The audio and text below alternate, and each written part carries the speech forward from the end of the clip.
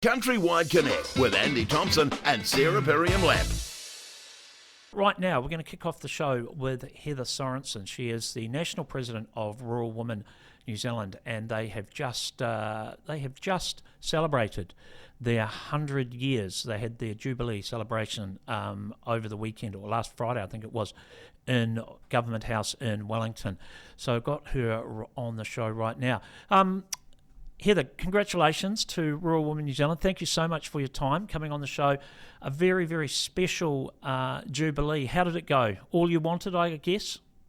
Oh, fantastic. Yes, it's a great way. We've spent the last 12 months with various celebrations all around the country, and this was the highlight to complete that year. And to be able to do so at Government House with the Governor-General there hosting us was just wonderful. It's interesting that. I'm not sure how you managed to make that all work. How do you go around getting a celebration like that actually at Government House with the Governor-General? Because I would imagine it's not something easy to do. No, well, we're very lucky because we, as Rural Women and previously Women's Division Federated Farmers, have had a relationship with the Governor-General or their spouse since 1927. So either the spouse has been the patron or the Governor-General themselves has been the patron. So it's fantastic that we've had that longevity in our relationship through there, and we've always had great support from whoever's in the role as Governor-General, and they pay a lot of interest in what we do. They follow us and keep in touch with us, so it's a great connection. So what did the day look like? How did you have your celebration? Well, they hosted a wonderful high tea celebration at Government House. So we had about 100 people there that were predominantly members of Rural Women, some who'd been members for a long time, some who are very new members, plus a few special invited guests. And we all went to Government House. There was half a dozen who were selected to have a private chat with the Governor-General, Dame Cindy, prior to her arriving into the main hall. The staff at Government House had, obviously they're very good at doing these things, they set the room up very well so that we all had designated places to sit, and the Governor-General and her husband circulated around the tables, had a chat to everybody, which was great because people obviously don't normally get to meet these people, and to sit down and have a chat, have a cup of tea and some beautiful food put on by Government House was lovely. So there were a couple of speeches, lots of photos. We had to record the occasion, of course, and this all followed the night before when we'd had our Business Awards Gala dinner. So everybody was really in the right mood for having a celebration morning tea following that. And then everybody headed back home. Yeah. And obviously it would have been amazing to have, as you said, a lot of past members there, probably past presidents as well, and just all have a jolly good catch-up, I would have thought.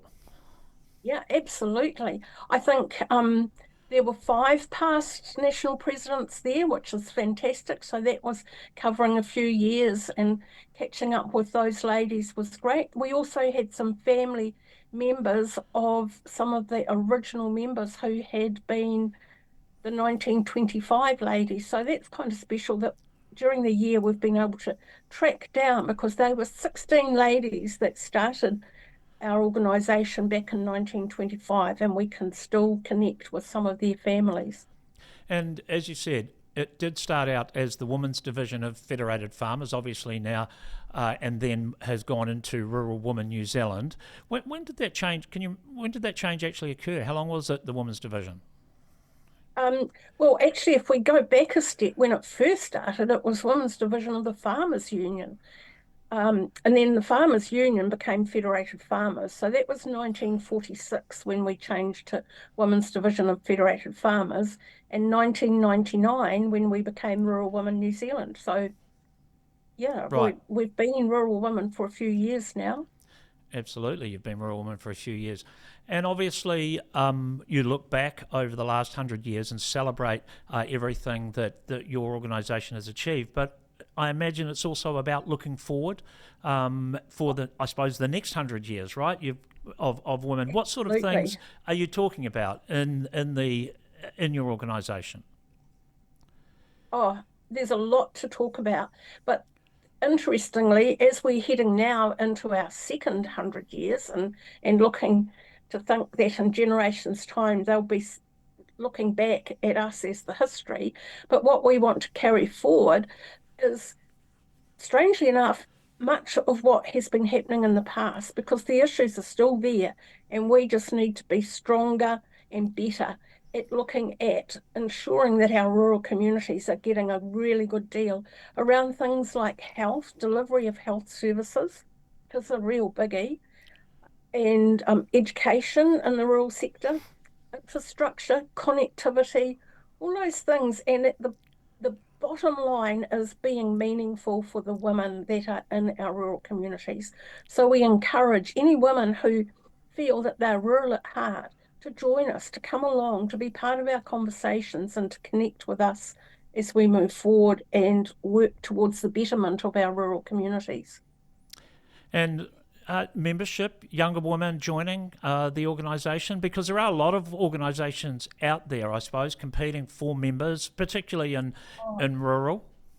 Yep, absolutely. There's a lot of competition to get women to be members, but the good news for us is that we are growing membership. We've increased our membership by 10% in the last 12 months, which I think is great, because voluntary organisations, membership organisations are all struggling with the same battle to get the attention of people to understand and appreciate the benefits of being members. So I think we're doing something right. And yes, we are getting younger women.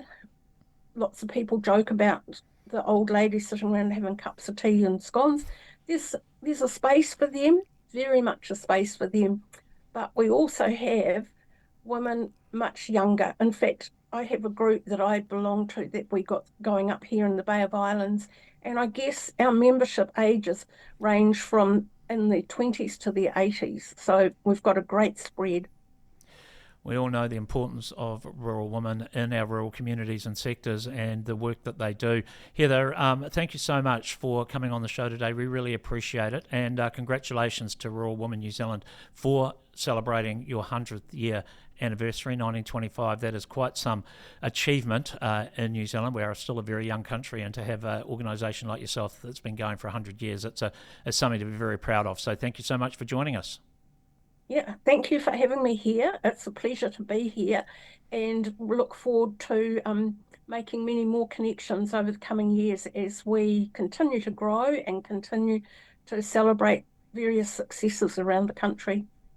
Absolutely, rightio. That is Heather Sorensen there. She is the National President of Rural Women New Zealand, and as I said, they celebrated with a high tea at Government House with the Governor-General James Cindy Kero on, I think it was Friday actually, so pretty special day, pretty special time for them. Countrywide Connect with Andy Thompson and Sarah Perriam-Lapp.